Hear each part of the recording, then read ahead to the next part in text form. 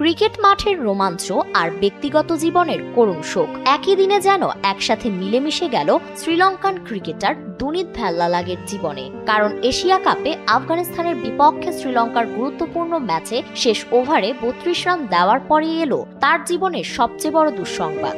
হৃদরোগে মারা গেলেন তার বাবা সুরঙ্গা ভেল্লালাগে। দুবাইয়ে অনুষ্ঠিত এই ম্যাচে লঙ্কানরা জয় পেলেও শেষ ওভারে দুনিত ছিলেন সবচেয়ে আলোচিত মুখ। আফগানিস্তানের মোহাম্মদ নবী তার করা শেষ ওভারে একে একে 5টি ছক্কা হাঁকান। শেষ পর্যন্ত শ্রীলঙ্কা 170 রানের লক্ষ্য 6 উইকেট হাতে রেখে আর 8 বল বাকি থাকতে পেরিয়ে গেলেও ভেল্লালাগের ওভার নিয়ে সামাজিক যোগাযোগ মাধ্যমে শুরু হয় আলোচনা সমালোচনা।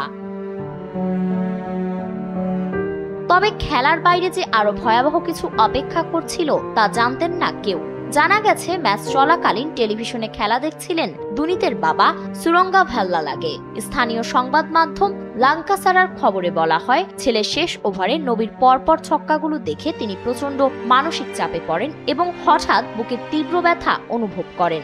দ্রুত তাকে হাসপাতালে নেওয়া হলেও চিকিৎসকরা তাকে আর বাঁচাতে পারেননি।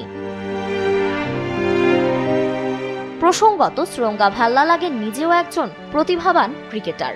80-র দশকের মাঝামাঝি সময়ে তিনি Prince of Wales College cricket দলের অধিনায়ক ছিলেন।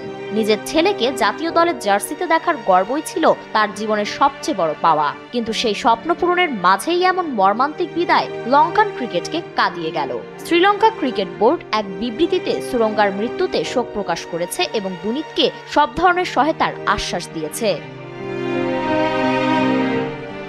ফারিন রহমান প্রীতি, এনপিবি।